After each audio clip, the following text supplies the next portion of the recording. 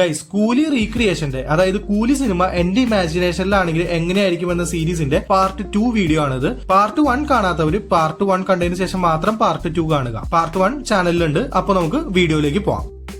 ഇന്റർവെല്ലിന് ശേഷം രജനി തന്റെ മാൻഷനിലേക്ക് ചെല്ലുന്നു. ശ്രുതിയും അവളുടെ അനിയത്തിമാരും മാൻഷനിലുണ്ട്. ദേവ കാളിശയോട് ഇവരെ പുറത്തേക്ക് വിടാനുള്ള എല്ലാ ഏർപ്പാടും ചെയ്യണം. അതുവരെ ഇവരെ സംരക്ഷിക്കണം.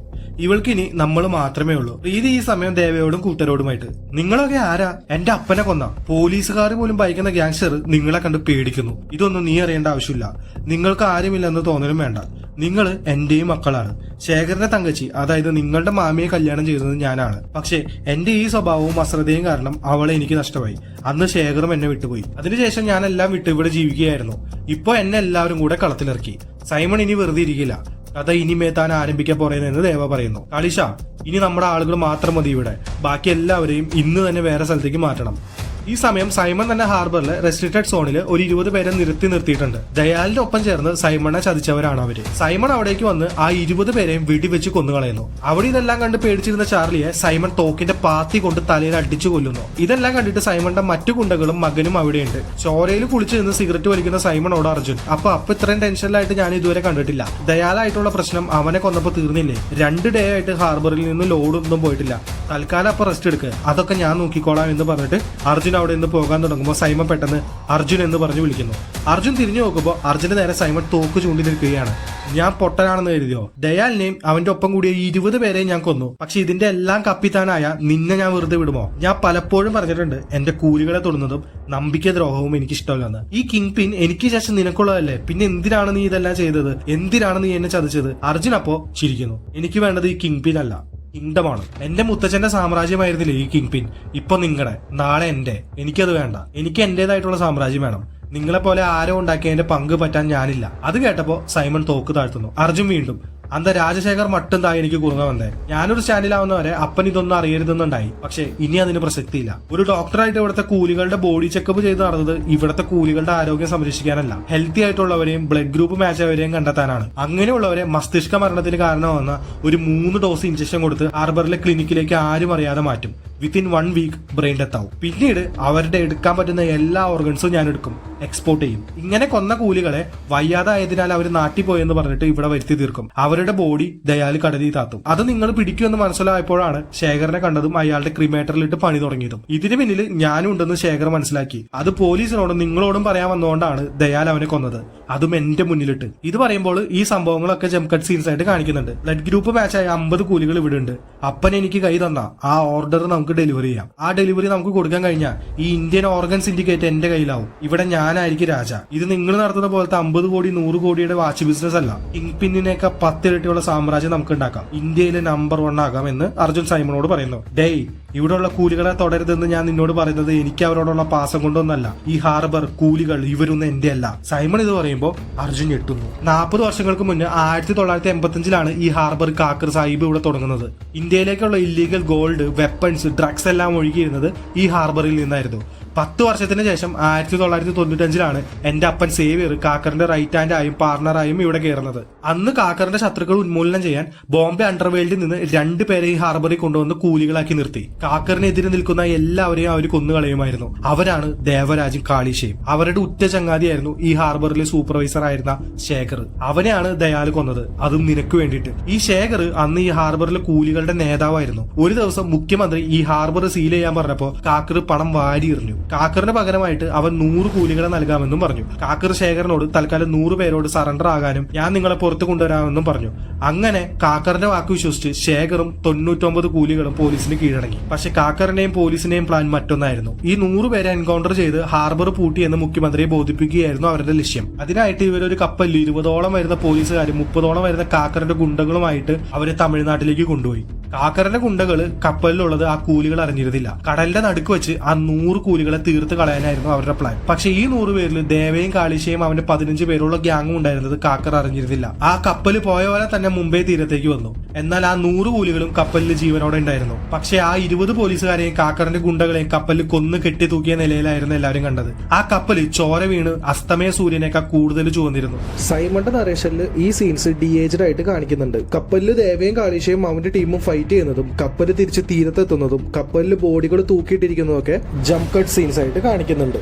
സൈമൺ അർജുനോട്, ഇപ്പൊ നിനക്ക് മനസ്സിലായോ നിങ്ങൾ ആരെയെ കൊന്നതെന്നും നീ ആരെയാ ചൊറിഞ്ഞതെന്നും? ഇത് കേട്ട് അർജുൻ ഒന്ന് പേടിക്കുന്നുണ്ട്. കാളീഷയുടെ അടുത്ത് നിന്നെ കണ്ടപ്പോ എനിക്കറിയാമായിരുന്നു ഇതിനെല്ലാം പിന്നിൽ നീ ഉണ്ടെന്ന്. എന്റെ കയ്യിൽ എന്റെ അപ്പനെ കൊന്നവനെ പൂച്ചയെ പോലെ കിട്ടിയിട്ടും നിനക്ക് വേണ്ടിയിട്ടാണ് ഞാൻ അവനെ വിട്ടത്, എന്റെ തലമുറ അന്യം നിന്ന് പോവാതിരിക്കാൻ. പക്ഷെ ഇപ്പൊ അത് വേണ്ടായിരുന്നെന്ന് തോന്നുന്നു. ദേവയെ അപ്പോഴേ കൊന്നാ മതിയായിരുന്നു. ദാഹയാണെങ്കിൽ എല്ലാം അറിഞ്ഞു. ഇനി ഇവിടെ നടക്കാൻ പോകുന്നത് തടയാൻ ആർക്കും ആകില്ല. അർജുൻ സൈമണോട്, ആരെ ഈ ദാഹ? മുത്തച്ഛൻ എന്തിനാണ് ദേവ കൊന്നത്? കാക്കറിന്റെ മകനാണ് ദാഹ. ഞാൻ നിന്നോട് പറഞ്ഞില്ലേ ഈ ഹാർബറും കൂലികളൊന്നും എന്റെ അല്ല, ഞാൻ ഇതെല്ലാം നോക്കി നടത്തുന്നു എന്നേ ഉള്ളൂ. ഇതെല്ലാം ദാഹയുടേതാണ്. ഇതിനെല്ലാത്തിനും ഞാൻ അവന് കണക്ക് കൊടുക്കണം. പോലീസിനെ കൊന്ന് മുമ്പേ ഹാർബറിൽ വന്നിറങ്ങിയ ദേവയും കാളീശയും അവന്റെ ആളുകളും നേരെ വന്നത് നമ്മുടെ ഹാർബറിലേക്കായിരുന്നു. അന്ന് എനിക്ക് 20 വയസ്സായിരുന്നു. ഇവിടെയാണ് നമ്മൾ de-aged flashback scene place ചെയ്യുന്നത്. ഹാർബറിലെ ഗുണ്ടകളെ എല്ലാം അടിച്ചു നിരത്തി ദേവ ബസ്സിലിട്ട് സേവ്യറിനെ കൊല്ലുന്നത് കാണിക്കുന്നു. എന്നിട്ട് കാളീശയും ദേവയും കൂടെ സേവ്യറിനെ വലിച്ചു നിരത്തി കൂലികൾക്കിടയിലേക്ക് കൊണ്ടുവരുന്നു. അതിനുശേഷം സിനിമയിലേതുപോലെ കാക്കറിനെ വാൺ ചെയ്തിട്ട് ദേവയും കാളീശയും ടീമും അവിടുന്ന് പോകുന്നു. ഇവിടെ ഫ്ലാഷ് ബാക്ക് എൻഡ് ചെയ്യുന്നു. കൂട്ടമായി പോലീസുകാരെ കൊന്നതിനാലും ഡ്രഗ്സും ഗോൾഡും വെപ്പൺസും എല്ലാം പോലീസ് സീസ് ചെയ്തതിനാലും ഹാർബർ സീൽ ചെയ്തു. പിന്നീട് 10 വർഷം അടച്ചിട്ടിരുന്ന പോർട്ട് ഞാനും ദാഹയും കൂടെ റീഓപ്പൺ ചെയ്തു. ഇപ്പൊ ഈ നിലയിൽ ഞങ്ങൾ എത്തിച്ചു. അതിനിടയിൽ പഴയ കാര്യങ്ങളൊന്നും എന്റെ മൈൻഡിൽ ഉണ്ടായിരുന്നില്ല. അതുകൊണ്ടാണ് എന്റെ അപ്പനെ കൊന്ന ദേവയുടെ പിന്നാലെ ഞാൻ പോകാതിരുന്നത്. ഇനി അവനെ കണ്ടുമുട്ടിയ സ്ഥിതിക്ക് അവനെയും അവന്റെ കൂട്ടത്തെയും ഇല്ലാതാക്കണം. ഇതും അർജുനോട് പറഞ്ഞിട്ട് സൈമൺ അവിടുന്ന് പോകുന്നു. അന്ന് രാത്രിയിൽ ദേവ മാൻഷനിലിരുന്ന് മദ്യപിച്ചുകൊണ്ടിരിക്കുമ്പോൾ പ്രീതി ദേവയുടെ അടുത്തേക്ക് വരുന്നു. അച്ഛൻ നിങ്ങളെ കാണാനായി വന്നപ്പോൾ അന്ന് നിങ്ങൾക്ക് രണ്ടുപേർക്കും എന്തോ സന്തോഷമുള്ള ദിവസമായിരുന്നു എന്ന് പറഞ്ഞിരുന്നു. അന്നത്തെ ദിവസത്തിന്റെ പ്രത്യേകത എന്താ? അത് ചോദിക്കുമ്പോൾ ദേവയുടെ കണ്ണൊന്നും നിറയുന്നുണ്ട്. അന്നാണ് ശേഖർ അവന്റെ പെങ്ങളെ എനിക്ക് വിവാഹം ചെയ്തു തന്നത്.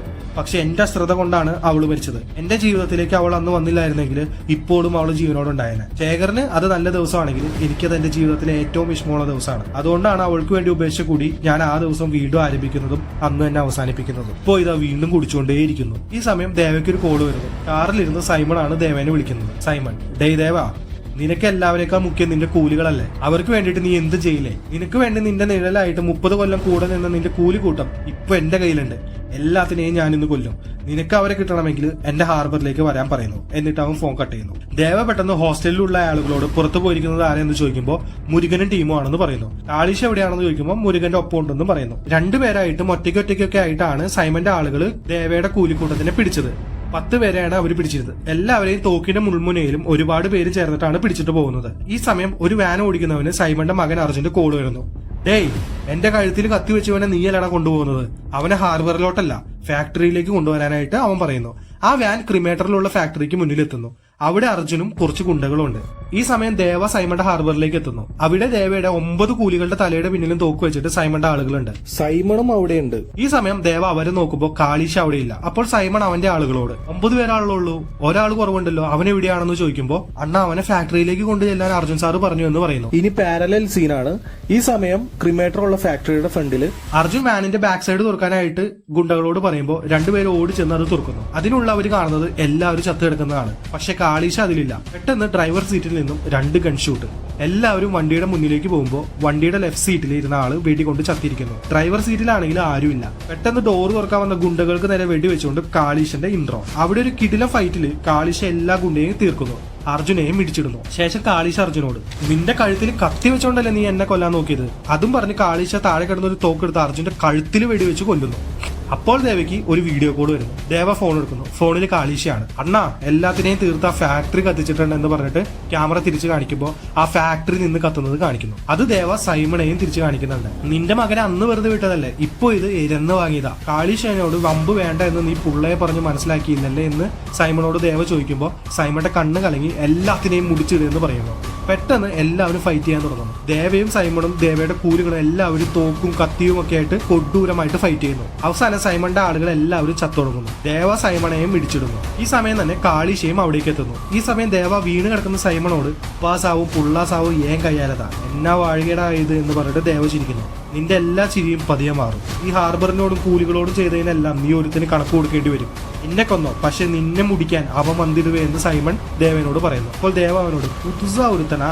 കാളീശനെ നോക്കിയിട്ട് ചിരിച്ച് വീണ്ടും സൈമണോട്, പാത്തുകളാമെന്ന് പറഞ്ഞ് കാളീശ കൊടുത്ത തോക്കും വാങ്ങി സൈമണെ ദേവ കൊല്ലുന്നു. എന്നിട്ട് ദേവയും കാളീശയും ആ 9 കൂലികളും ഹാർബറിൽ നിന്ന് പോകുന്നു.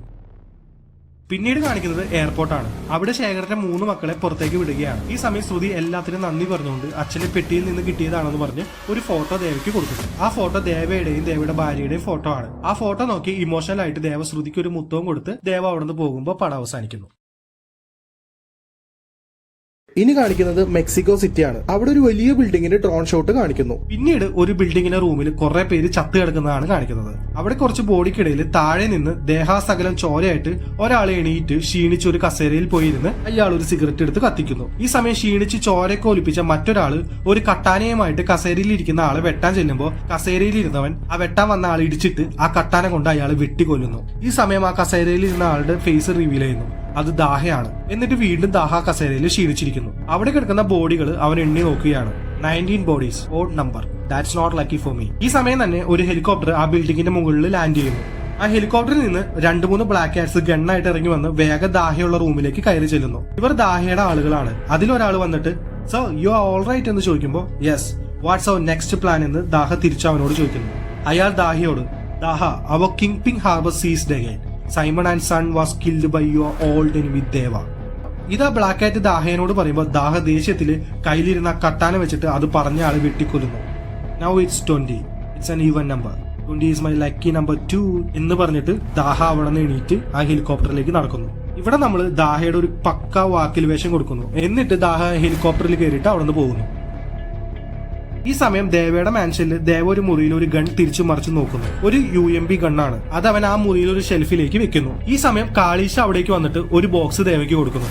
അണ്ണാ, ഇത് താൻ കടസി പീസ്, ബാക്കി എല്ലാം മുടിച്ചിട്ടെ. ദേവ ആ ബോക്സ് തുറക്കുന്നു. അതിലൊരു ഷോട്ട് ഗണ്ണാണ്. ആ ഗണ്ണൊക്കെ ഒന്ന് നോക്കിയിട്ട് ദേവ അത് മറ്റൊരു ഷെൽഫിലേക്ക് വെക്കുന്നു. ഈ സമയം ആ മുറിയുടെ വൈറ്റ് ഷോട്ട് കാണിക്കുമ്പോൾ ആ ഷെൽഫ് മുഴുവൻ പല ടൈപ്പ് ഗൺസും ബുള്ളറ്റ്സും ആണ്. ദേവ അത് നോക്കിയിട്ട് അട്ടഹസിച്ച് ചിരിച്ചിട്ട് ആരംഭിക്കലാമ എന്ന് പറയുമ്പോൾ സ്ക്രീൻ ഡാർക്ക് ആകുന്നു. ഇവിടെ പടം കഴിയുന്നു. ചെറിയ രീതിയിലുള്ള ലോജിക്കൽ കറക്ഷൻസും ഓൾട്ടർനേഷൻസും വരുത്തിയിട്ടാണ് റിയൽ കൂലി ഞാൻ ഇങ്ങനെയാക്കിയത്. ലോകേഷ് ഒന്നുകൂടെ ശ്രദ്ധിച്ചിരുന്നെങ്കിൽ പുള്ളിയുടെ കരിയറിൽ തന്നെ ബെസ്റ്റ് വർക്ക് ആക്കാമായിരുന്ന സിനിമയായിരുന്നു കൂലി. അപ്പോൾ എന്റെ വീഡിയോയുടെ 2 പാർട്ടും കണ്ടവര് എന്റെ ഇമാജിനേഷനിലുള്ള കൂലി എങ്ങനെയുണ്ടെന്നും ഈ രീതിയിലായിരുന്നു പടമെങ്കിൽ തിയേറ്ററിൽ അത് വിജയിക്കുമായിരുന്നു എന്നുള്ളതും കമന്റിൽ ഒന്ന് പറയണേ. അപ്പോൾ നമുക്ക് നെക്സ്റ്റ് വീഡിയോ ആയിട്ട് കാണുന്നവരെ ബൈ.